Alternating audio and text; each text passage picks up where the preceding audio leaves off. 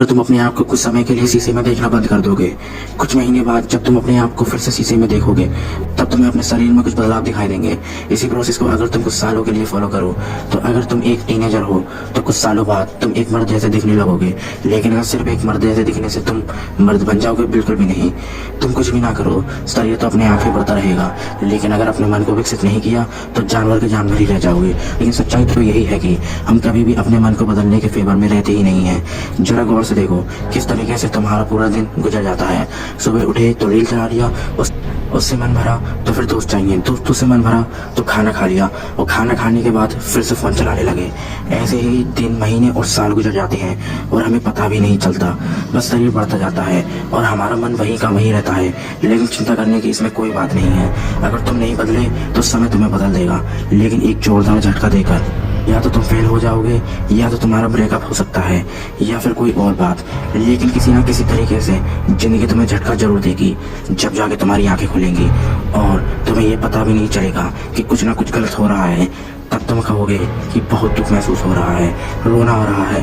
दुख से भागने के लिए तुम या तो नशे की तरफ चले जाओगे, या तो उस दुख का सही इस्तेमाल करते हुए एक लौंडे से एक मर्द बन जाओगे। जब तुम बहुत सारा दर्द एक साथ सहन करते हो, तब तुम्हारे शरीर के अंदर एक आग उठती है जो तुमसे हर पल कहती है कि मुझे बदलना है, क्योंकि इस वक्त जो मैं बना हुआ हूँ, उस दर्द के अलावा इस दुनिया में और कुछ भी नहीं मिलेगा। हर पल अपने आप से यही कहना होगा कि मैं वह नहीं बन जाता जिसे कोई तोड़ ना पाए। अगर तुम उस व्यक्ति से मिलना चाहती हो जो अपने आप को बदलने का संकल्प ले चुका है, तो उसे तुम दो जगहों पर पाओगे। या तो तुम उसे किसी जिम में वर्कआउट करता हुआ पाओगे, या फिर तुम्हें किसी स्टडी टेबल पर बहुत ही फोकस के साथ कोई व्यक्ति पढ़ता हुआ दिखे, तो समझ जाना ये वही है। इनने ही कभी ना कभी इन लोगों के बारे में ऐसा भी सोचा होगा कि इतना कोई कैसे पढ़ सकता है, या फिर इतने वर्कआउट के साथ इतना कंसिस्टेंस कोई कैसे रह सकता है। जब अंदर अपने आप को बदलने की आग लगी होती है और जिंदगी हर पल तड़प रही होती है, तब इंसान ऐसा ही हो जाता है। तुम्हें भी ऐसा ही हो जाना है, और जब ऐसा हो जाए तो जो तुम्हारे जैसा होगा वो तुम्हारे साथ हो जाएगा, और जो अभी भी वैसा ही ज़िंदगी जीना चाहता है वो तुमसे अलग हो जाएगा। चिंता मत करो, तुम्हें किसी को हटाने की ज़रूरत नहीं है। सब कुछ अपने आप होगा, क्योंकि जब तुम अपने आप से चलने लग जाओगे, तुम्हारे आसपास के सारे मोम के पुतले पिघलने लग जाएंगे। मुश्किल से दो दोस्त ही होंगे तुम्हारे, उनमें से भी तुम बहुत कम ही मिल पाओगे, क्योंकि वो भी कहीं ना कहीं आग लगा रहे होंगे। अगर तुम सही रास्ते पर चल रहे हो तो तुम्हें अकेले होने का कभी भी डर नहीं लगेगा, क्योंकि पहले तुम झुंड का हिस्सा रहकर देख चुके हो कि तुम्हारा कोई फ़ायदा नहीं होगा। तुमने संकल्प बांध लिया है अपने आप को बदलने का। जब कोई साथ चले या ना चले कोई फ़र्क नहीं पड़ता। अब समय आ जाता है तुम्हें तुम्हारी ज़िंदगी के अंदर बहुत बड़ा लक्ष्य बनाने का, कोई ऐसा काम करने का जिसको करते समय पूरी दुनिया को भूल जाओ।